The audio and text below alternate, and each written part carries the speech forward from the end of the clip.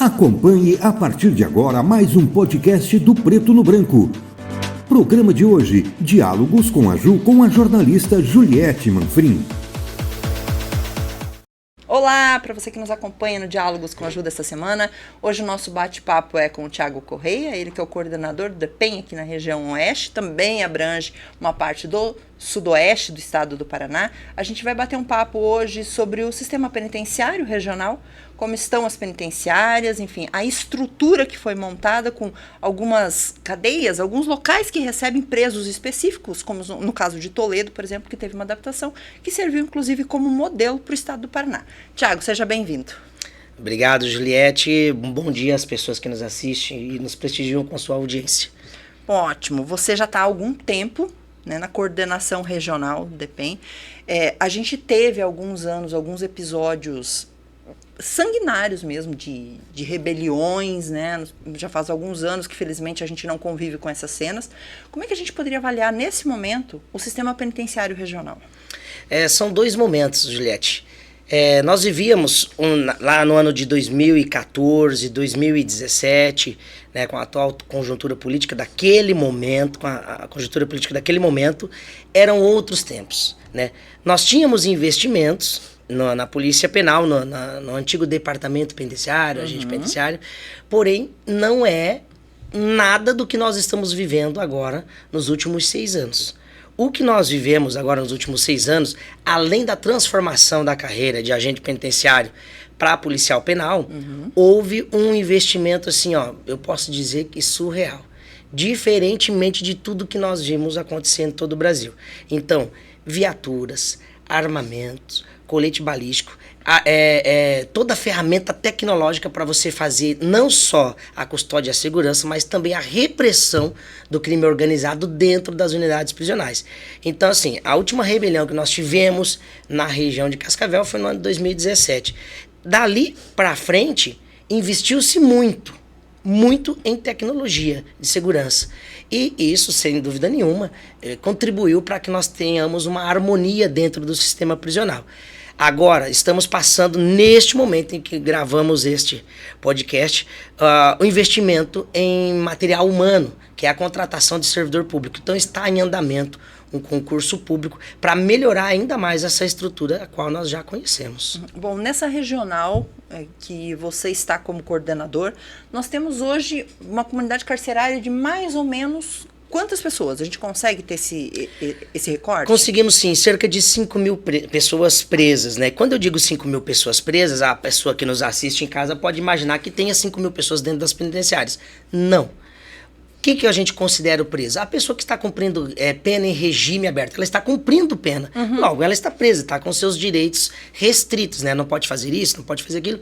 Ela está presa, né? Está privada de sua total liberdade. Então, a gente computa nesses 5 mil, né? Cerca de 5 mil pessoas, também essa pessoa. A pessoa que está cumprindo agora uma medida cautelar diversa da prisão, por exemplo, de tornozeleira. A pessoa que usa tornozeleira também está presa. Por quê? Porque tem os seus direitos, né, mitigados. Então, cerca de 5 mil pessoas. Bom, as pessoas que podem ouvir a gente podem pensar do seguinte, mas 5 mil pessoas é muita gente. Tem muitos municípios na região que não tem esse número de habitantes, mas a gente está falando de um contingente populacional de quantas pessoas? São quantos municípios? Tá. Que não se restringe ao município de Cascavel. Não. Eu quero citar as cidades, porque as cidades que nós chamamos de polos. Por exemplo, lá, Marechal Cândido Rondon, que é uma das cidades a qual nós fazemos gestão. Marechal Cândido Rondon, ele não recebe só pessoa presa de Marechal, então ele recebe todo o entorno de Marechal, né? Aí nós temos ainda Marechal, Corbélia, Campina da Lagoa, Quedas do Iguaçu. Que é lá no sudoeste. Exatamente, Cascavel. Temos, acho que somente essas unidades, essas cidades. Toledo foi, né? É claro, Toledo. Então, assim, essas são as cidades polos, né? Então, absorvemos toda a pessoa presa do seu entorno. Então, assim, nós estamos falando de uma região bastante grande, bastante movimentada, que é a região, né? No entorno da cidade de Cascavel. Guaíra envolve também ou não? Guaíra vem para nós, assim, os presos federais. Aquela pessoa, não é todo e qualquer preso, porque Guaíra já é outra região, que pertence à região de Umuarama. Então, a pessoa presa ali, crime estadual, fica por ali. A crime federal, ele vem para Marechal Cândido Rondon. Então, assim, e se pega Guaíra, por exemplo, quais a maioria dos crimes que tem ali, não a maioria, mas grande parte dos crimes é crime federal, que é crime de pessoas que vêm do Paraguai tentando entrar com material ilícito, querendo ou não, isso é um crime federal. Ou seja, o descaminho, né, é o descumprimento de uma norma federal. Bom, a gente está numa região de fronteira, Cascavel está a 130 quilômetros mais ou menos de Foz do Iguaçu, mas a gente é considerado ainda uma faixa de fronteira e um importantíssimo entroncamento para o crime organizado. Né? Sim. A gente tem um entroncamento rodoviário muito importante. Logo, penso eu que um percentual importante dos presos venham justamente de crimes relacionados a transfronteiriços. Isso, né? Para quem não conhece, quem está nos assistindo não conhece a região de Cascavel, se você vem, por exemplo, do Paraguai, da Argentina, ou de Foz do Iguaçu, dessa região, você tem que obrigatoriamente, caso queira ir para o Rio de Janeiro, São Paulo, você precisa passar aqui. Então, esses criminosos, eles usam esse caminho para poder dar vazão nos seus atos criminosos e acabam passando por Cascavel. O que acontece para termos tantas pessoas presas nessa região? Isso é fruto do trabalho policial. E quando eu digo trabalho policial, não é a polícia penal, somente, mas sim todas as polícias que estão bastante engajadas, são polícias que trabalham em conformidade, trabalham em parceria, então assim, prende-se muita pessoa, obviamente, prende-se muita pessoa por conta do trabalho que é feito em parceria com todas as polícias. Então, setor de inteligência, Polícia Federal, Polícia Penal, Polícia Militar, Polícia Civil, trabalham em conjunto. Ações no ato de repressão ao crime organizado, todas as polícias também trabalham de forma organizada. Então isso acaba contribuindo, claro, para a inflação da massa carcerária. Bom, nós temos hoje em Cascavel, nas unidades prisionais de Cascavel, mais ou menos quantos presos a gente consegue ter? Na cidade de Cascavel, assim, nós temos uma política dentro das unidades prisionais que nós não divulgamos a quantidade de pessoas presas, por uma questão de segurança, né? Não é interessante para as pessoas que nos assistem, para que entenda, nós não divulgamos o número de pessoas presas em unidades. É uma questão de segurança, né? Certo. Mas assim, posso dizer que na região de Cascavel, em torno de 5 mil presos, regime aberto, semiaberto, regime fechado, todos os regimes. E a gente tem hoje alguma unidade com superlotação? Olha, a superlotação é um assunto que, infelizmente, ele assola todo o Brasil, não só a região de Cascavel ou só o estado do Paraná. A superlotação, ela é uma realidade em todo o Brasil. O que nós temos de diferente na região de Cascavel, no estado do Paraná, é que nós fizemos a lição de casa, que é o quê? Pegar a lei de execução penal, verificar o que determina a lei de execução penal. Como, por exemplo, a classificação das unidades. Então, você não colocar, por exemplo, vamos usar um termo pejorativo aqui para que as pessoas que estão nos assistindo possam se entender. Colocar o ladrão de galinha com o assaltante de banco, né? Para que esse ladrão de galinha não aprenda a assaltar banco. Então, nós fizemos isso na região de Cascavel e as demais regiões também fizeram isso. Isso, por si só, ele acaba com o tempo reduzindo a superlotação. Por quê? Antigamente, como funcionava? Antigamente, você colocava lá o ladrão de galinha junto com o assaltante de banco. Esse, por sua vez, rapidamente iria aprender a assaltar banco. Ia aprender outros crimes, ia aprender a traficar droga. Esse cara, ele fazia um ciclo, ele não saía mais da cadeia. Ele não parava de delinquir. Por quê? Porque as amizades dele, infelizmente... Às vezes até por uma questão de sobrevivência lá dentro também. Dentro das unidades. Então isso tinha muito. As facções criminosas, houve um tempo em que elas não que detinham o poder, mas elas tinham uma grande influência sobre essas pessoas. Quando a polícia penal, ela assume todas as carceragens da Polícia Civil, né, que por sua vez passa a fazer o serviço de caráter primário da Polícia Civil, que é a investigação de crimes, nós modernizamos também o sistema de prisão. Então, a pessoa que é presa por crime sexual, cometeu qualquer tipo de crime pautado lá nos crimes sexuais, ela é direcionada para uma unidade. Aí nós pegamos lá a prisão civil. A prisão civil, para quem não sabe, é a prisão por pensão alimentícia. Imagine você preso por pensão alimentícia, tendo que dividir a cela com um assaltante de banco, um traficante de drogas. Isso é ruim. E é ruim para quem? É ruim para o Estado, para a população. Porque você, ao invés de ressocializar, de educar essa pessoa, de fazer com que ela devolva para a sociedade aquilo que ela retirou, você acaba involuntariamente ensinando essa pessoa a cometer outros crimes. Então foi isso que nós fizemos. Isso, a longo prazo, ele reduz a capacidade de pessoas reincidindo. Então, assim, a reincidência, ela vem diminuindo ao longo do tempo, porque o sistema prisional na região de Cascavel, no estado do Paraná, ele tem conseguido implementar tratamento penal e fazer com que essas pessoas não voltem a delinquir. Qual é o problema? O problema que eu, Thiago, particularmente, aí é uma opinião do Thiago, não do diretor regional Thiago. O que eu percebo, e falo agora com as mães que nos assistem, com os pais que nos assistem, é o tratamento que se dá para essas pessoas, para esses adolescentes, para essas crianças dessa geração. Então, eu costumo dizer, até brinco no sistema prisional, que nós temos recebido uma safra de pessoas presas, que eu chamo de preso TikTok. E por que preso TikTok? Porque o camarada, ele chega preso, ele tem estudo, mas ele nunca pegou numa enxada. Eu digo pegar na enxada é trabalhar. Uhum. Ele não trabalhou, ele não ajudava o pai e a mãe. Aí você coloca esse indivíduo para desenvolver qualquer atividade laborativa dentro de uma unidade prisional, ele se vê perdido. Não tem estrutura emocional, não consegue ser contrariado. Mas se você falar para ele, se você perguntar, se você fizer assim para ele, fizer esse gesto para ele, ele sabe perfeitamente do que eu tô falando. Uhum. Então é o preso TikTok. E quando a gente fala nesse processo, e aí vamos considerar também não só o preso que você diz do TikTok, mas todos os outros, a gente parte de um princípio que essas pessoas vão voltar para a sociedade. Não existe prisão perpétua no Brasil. Essas pessoas vão voltar para a sociedade. E esse processo de ressocialização, como é que ele se dá no sistema prisional aqui na região? Tá. O processo de ressocialização, ele é um processo extremamente complexo. Ele é extremamente complexo. Por isso, em todo lugar que eu vou, eu digo e repito, a polícia penal é a polícia mais completa hoje no Brasil e no mundo. Porque além das suas funções primárias e secundárias, que é custódia e segurança, além disso, de fazer tudo aquilo que as outras polícias fazem, nós ainda temos a missão de devolver para a sociedade um indivíduo melhor. Um indivíduo ressocializado ou socializado em alguns casos, né? Então, como que se dá isso? Então, desde o primeiro dia de cumprimento de pena dessa pessoa, ela passa a todo momento pela avaliação da polícia penal por seus policiais penais. Isso envolve presos provisórios também? Todo preso, toda pessoa presa. Ela entrou na unidade, vamos pegar, por exemplo, Cascavel, para quem nos assiste que conhece Cascavel. A pessoa chegou presa hoje, ela vai para a cadeia pública de Cascavel, a antiga 15ª SDP. Ela chegou ali.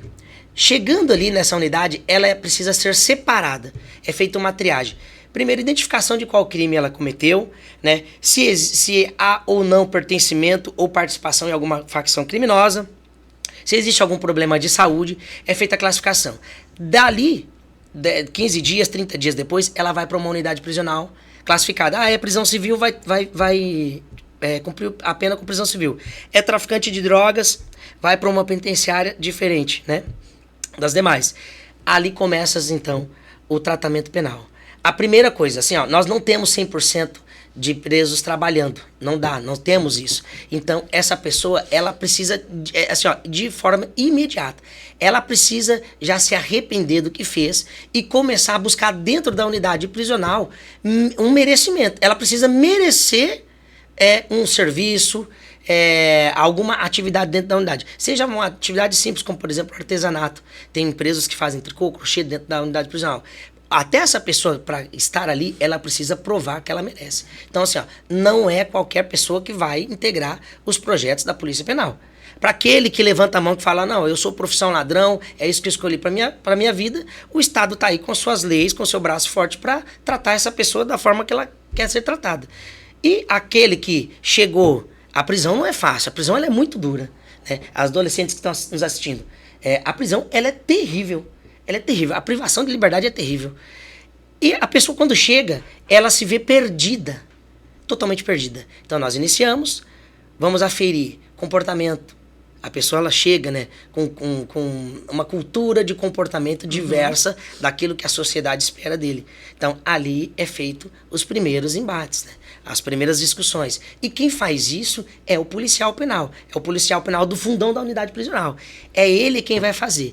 E esse policial penal também vai apontar, ó, aquele fulano, o fulano ali, ele tem perfil para trabalho, ele tá me pedindo ali, ó, ele me passou aqui que quer compor o artesanato. Então é dessa forma que a gente começa a fazer o tratamento penal. Claro, a pessoa chegou sem estudo. Essa pessoa, ela primeiro precisa passar pela educação. Às vezes dificilmente chega analfabetos. Hoje nós temos 4 pessoas analfabetas na região de Cascavel. Reduziu-se, é pouco. Reduziu-se muito esse número. E eu falo, inclusive falo com bastante alegria, que antes de ontem ainda, enquanto saía ali um dado no estado, nós somos a região que menos tem pessoas analfabetas. Claro, isso fruto do trabalho dos policiais penais, fruto do trabalho dos professores que trabalham dentro do sistema prisional, né? Isso é um fruto do quê? Da política de tratamento penal. Tudo para que essa pessoa saia da unidade prisional e não volte a delinquir. Então, muitas das vezes, a pessoa presa, ela chega e fala para mim assim, ou fala para o policial penal, senhor, eu não tive oportunidade. Então, o que a polícia faz é dar a ele a oportunidade de estudo, de trabalho, de cultura, né, de lazer, muitas coisas, porque dentro da unidade prisional tem lazer também, tá? O preso, ele joga bola, o preso, ele toma um sol, ele faz atividades de lazer também, tudo como forma terápica, para que ele seja reinserido depois gradativamente à sociedade. Então, é um trabalho bastante complexo. Você falou agora há pouco sobre a carceragem, o antigo cadeião aí da 15ª STP. A gente teve o governador passado, Beto Richa, foi lá com uma retroescavadeira, derrubou parede, aqui a gente nunca mais vai receber preso, etc e tal, mas a gente está recebendo preso, a gente continua recebendo preso lá. O que mudou do cadeião para a carceragem? Para a gente continuar recebendo preso naquela estrutura, porque é no centro da cidade, né? A gente tem uma quantidade, às vezes, até elevada de detentos na região central da cidade, né? Tá, é importante que as pessoas saibam que nós chegamos a ter ali cerca de 700 presos, ou até mais, né, Juliette? Você que trabalhava na comunicação, no jornalismo, naquela época, acho que deve ter deparado em momentos ali com mais de 700 pessoas presas naquele lugar. Que cabe 100 e poucas. 200. Naquela época, eu não sei qual era a capacidade. Mas naquela era época de 200. Naquela época eu não sei porque eu não trabalhávamos ali naquele local. Mas assim, de fato teve mais de 700 pessoas presas ali. E o que acontece? Né? Nós tivemos, claro, um ato político, né? Era uma intenção daquele governador, à época, de fazer, de acabar com a unidade prisional no centro da cidade, né? Porém, assim, o que eu percebo, né? Eu não tenho problema nenhum em dizer que talvez tenha tido um equívoco, né? Talvez não por parte do governador, mas por parte da equipe que eu assessorava, que assim, quando você fecha uma unidade prisional, você precisa saber para onde vão aquelas pessoas presas. Nós não conseguimos, por exemplo, fechar uma unidade prisional com a capacidade que tem lá 1000 pessoas presas e simplesmente fechar para que se faça um ato político.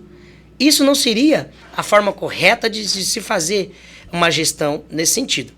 O que nós fizemos? Então, lá naquela época quebrou-se o muro, não deram destinação temporariamente àquelas pessoas que estavam presas ali, e 30 dias depois, você, jornalista, vai na frente da unidade e percebe que está enchendo novamente.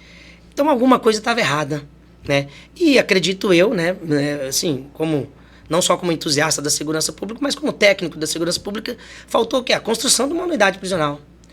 O que nós fazemos? Nós temos que trabalhar, nós como operadores da segurança pública, temos que trabalhar com as ferramentas que temos, né? E enquanto não temos outras ferramentas para trabalharmos, melhor ainda. Então, o que foi feito? Nós conseguimos fechar 3 unidades prisionais na região de Cascavel. Isso é um grande feito. Quais foram? Nós fechamos em Capitão Leônidas Marques, Guaraniaçu e Catanduvas. Isso mesmo. Capitão Leônidas Marques, Catanduvas... Não, e o Biratã. O Biratã também então foram 4 unidades prisionais. Como que faz isso, Thiago? E não dá impacto na população carcerária? E posso afirmar aqui com toda certeza. Não houve impacto. Por quê? Porque no ano de 2019, nós, quando iniciamos, nós já sabíamos quais eram as diretrizes do atual governo, que era de diminuir unidades prisionais, para que diminuam os riscos para a sociedade. Porque quanto mais unidade prisional, nós tivemos um episódio recentemente com a fuga de 2 presos do Presídio Federal. A primeira na história. É a primeira na história e que traz um terror psicológico para a população imenso. Né? Eram pessoas de altíssima periculosidade que estavam protagonizando naquele cenário. Então o governador, ele faz o seguinte, ó, eu quero o meu povo tranquilo, eu quero a polícia forte e quero o povo tranquilo. Então nós fizemos um escopo para que fechássemos unidades. Então já sabíamos que iríamos fechar unidades lá em 2019, quando a gente assume. Então a gente viemos ao longo dos anos nos preparando. E preparando de que forma? Conscientização dentro do sistema prisional. Essas pessoas que estão presas não podem voltar a delinquir. Porque se voltam a delinquir, continua inflacionando. Então lembro que em 2019 nós tínhamos um déficit de quase 700 vagas. Já em 2021, esse déficit ele era de 300 vagas. Então você percebe... Aí vamos chegar lá. Aí você percebe que você melhorou o cenário em 500 vagas. Então eu posso fechar a unidade. Eu estava numa estrutura que eu tinha ali uma necessidade de uma unidade para 700 vagas. Hoje a minha necessidade para zerar, para ficar tudo certinho, né? Sem superlotação, que não é o que o Brasil vive, né? Mas é o que nós buscamos. Então nós conseguimos fechar 4 unidades prisionais. Uhum. Hoje qual que é a nossa... Hoje nós temos um déficit na casa de entre 300 e 400. Ele fica oscilando. Por que oscila? Por conta de operações, né? A gente não vai parar de prender. Uhum. A polícia não vai parar de trabalhar. Quem tem que parar de trabalhar é você, criminoso, que nos assiste. É você quem tem que parar. É o crime quem tem que parar. Nós não vamos parar de prender. Então ele oscila. De 300 a 400 vagas, ele fica oscilando. Mas ele nunca mais chegou a 700, 750. Nunca mais. Por quê? Porque o policial penal, o corpo técnico, os servidores administrativos têm feito a lição de casa. Que é o quê? Aquele planejamento que foi feito no início de 2019. Então a pessoa foi presa por um crime e falo pra você, muitos deles, né, cometeu um deslize ali, uma única vez. Nós tínhamos casos ali de pessoas que já haviam passado 30, 40 vezes pela unidade prisional. Semana passada eu entrevistei o presidente do Conselho de Segurança, falou de uma pessoa que foi presa 30 vezes. Pois é, isso é um absurdo. Então assim, e quando eu ouço uma pessoa falar desse, por exemplo, o presidente do Conselho de Segurança, Leonardo, grande amigo nosso, quando isso houve, eu tenho a sensação de ter errado em algum momento. Poxa, essa pessoa passou por mim ali. E eu não consegui fazer, Thiago, eu policial penal. Em algum momento eu falhei. Como técnico de segurança pública, como policial penal. Então assim, nós não podemos falhar. Então, a todo momento, a equipe da Polícia Penal está criando um mecanismo para que essas pessoas parem de delinquir. E para você que nos assiste, esse mecanismo, ele não se resume somente à laborterapia, ao trabalho, às coisas que talvez você acredita ser boa dentro da unidade prisional. Muito pelo contrário, né? Como eu disse no início do nosso bate-papo, a prisão é algo terrível na vida de um ser humano. E assim, o Estado está ali, o Estado tem um braço muito forte e rigoroso em suas leis. E todo esse rigor é aplicado à pessoa presa. Então ali não é a casa da mãe Joana. Tá? Para você que está assistindo, poxa, é assim, tá? Não se engane, não é casa da mãe Joana. Você não vai fazer o que quer dentro de uma unidade prisional, muito pelo contrário. Quem detém o poder é o Estado, por meio de suas leis. E a lei, ela é rigorosa. Tiago, você falou desse processo de reestruturação que vem sendo montado desde 2019. A gente está caminhando já para a nossa reta final do nosso bate-papo, mas eu não poderia deixar de falar sobre o que foi feito, por exemplo, na antiga cadeia pública, na carceragem lá em Toledo. Claro. Que recebe pessoas que cometeram crimes sexuais, né? Continua com esse mesmo perfil.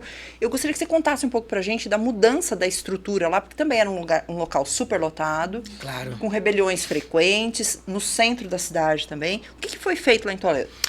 Em Toledo, vamos pegar lá 2019. Eu não me lembro qual que era o quantitativo de presos ali, mas nós tínhamos mais de 300 pessoas presas naquele local. Nós chegamos a ter na cidade de Toledo. Então, numa conversa com o judiciário, nós fizemos algumas ações. Além de reduzir a quantidade de pessoas presas naquele local. Nós melhoramos a estrutura do prédio, melhoramos a estrutura policial com equipamentos, né, com tecnologia para combate e repressão. Retiramos naquele momento todos os faccionados, pessoas que ficavam ditando regras dentro do crime, né? Retiramos todas essas pessoas. Esse foi o primeiro passo que nós demos. Logo depois, nós então startamos a Operação Araceli, que faz o quê? Que reclassifica a unidade. Então, naquela unidade onde tinha traficante, sequestrador, pessoas que cometiam crimes de extorsão, tinha todo tipo de crime, ela passa a receber somente pessoas que cometeram crime contra a dignidade sexual. Que, para a polícia penal, né, que dentro do sistema prisional, essas pessoas, elas não trazem nenhum problema dentro do prédio. Então, assim, nós reduzimos os riscos por ter uma unidade no centro da cidade. A mesma coisa que está sendo feita na cidade de Cascavel. Posterior a isso, nós precisamos avançar, precisamos, né, melhorar a estrutura. Então, baixamos ali a capacidade de presos naquela época para 130 pessoas presas. Obviamente que essa quantidade de presos ao longo do tempo ela vai subindo, porque as pessoas não param de cometer crimes e, claro, a polícia não vai parar de prender, não vai parar de combater, de reprimir a criminalidade. Elevou-se. Então, chega-se num momento em que nós precisamos fazer o quê? Melhorar aquilo que já estava bom. Porque já estava bom. Você não ouve falar de fuga, você não ouve falar de crises dentro da unidade prisional em Toledo, crises que pudessem afetar a sociedade. Então a sociedade, ela estava em tese, ela havia esquecido desse problema, né? Ela estava com foco em outros problemas. Por quê? Porque aquele problema não tinha mais tirado o sono da sociedade. Só que a gente precisou melhorar. Então o que nós fizemos? Retiramos todos os crimes, todas as pessoas que cumprem pena por crime contra a dignidade sexual e foram transferidos para outra regional. Então a pessoa, vamos ser bem claro aqui, preto no branco. O estuprador, a pessoa que cometeu o crime de estupro, ela é levada, ela é para outra região. Então ela não fica aqui mais na região de Cascavel. É levada para lá. Nós temos aqui estupradores? Temos. Em algumas unidades, mas a grande maioria, a esmagadora maioria, está em outra região. E trazemos de Rio Branco do Sul, da cidade de Rio Branco do Sul, para Toledo, as mulheres trans, que é um grupo de mulheres, né, muito pequeno e que, historicamente, também não traz nenhum problema de ordem social. Por exemplo, rebeliões, agressões dentro da unidade prisional. É um público mais tranquilo. Então, assim, conseguimos modernizar aquilo que estava bom. E, claro, é muito recente essa substituição de público. Essa segunda reclassificação. Ela se deu agora, no final do ano passado. Então, nós estamos aprendendo, obviamente, que não sabemos tudo, estamos aprendendo e modernizando também esse tratamento penal. Acreditamos que a Polícia Penal vai avançar isso e muito. É uma unidade modelo, porque não conheço outra unidade dessa no Brasil, não digo no Paraná, no Brasil, né? E sem dúvida nenhuma, o Paraná vai protagonizar como excelência aí nos outros estados com esse modelo, né? Reclassificando a pena, colocando, separando o joio do trigo. É isso que a gente faz. Então, hoje, para modernizar o sistema de tratamento penal. Ótimo, Thiago. Nosso tempo esgotou. Eu gostaria de agradecer a sua participação, a sua primeira participação, mas a gente já se conhece já há longa data, estudamos juntos, nos formamos juntos, fizemos o TCC juntos. As portas estão abertas para os nossos próximos bate-papos e as portas sempre estarão abertas para quando quiserem debater a segurança pública, que é um tema muito caro para todos nós. Sem dúvida nenhuma. Nós, da Polícia Penal, é quem agradece, né? Agradece a Juliette, amiga Juliette, pelo convite, né? Estamos aqui falando da Polícia Penal para o Brasil e para o mundo, né? De forma gratuita, que é o mais importante para nós, né? E prestando conta, sem dúvida nenhuma, à população, que é quem paga os seus impostos e quer saber como é que andam as coisas, né? Dentro da Polícia Penal, dentro da Polícia Civil. Então, assim, estamos aqui e estamos à disposição sempre que houver algum questionamento ou coisa nesse sentido, tá bom? E a gente espera que quem esteja acompanhando a gente nunca chegue no sistema prisional. Isso é bastante importante. Principalmente os adolescentes que nos ouvem, né? Que é a grande parte hoje de pessoa presa é a pessoa com menor idade ali, entre 18 e 25 anos de idade. Então, que fica dado o recado aí. Não tem casa da mãe Joana ali, não. Muito pelo contrário. Se chegar lá, vai sofrer como todos que estão ali hoje sofrem psicologicamente por conta do efeito que o aprisionamento traz para essas pessoas. Tiago, mais uma vez, muito obrigada, viu? Obrigado a vocês. E para você que nos acompanhou no Diálogos com a Ajuda essa semana, a gente volta na próxima semana com um novo tema. Até lá, tchau, tchau.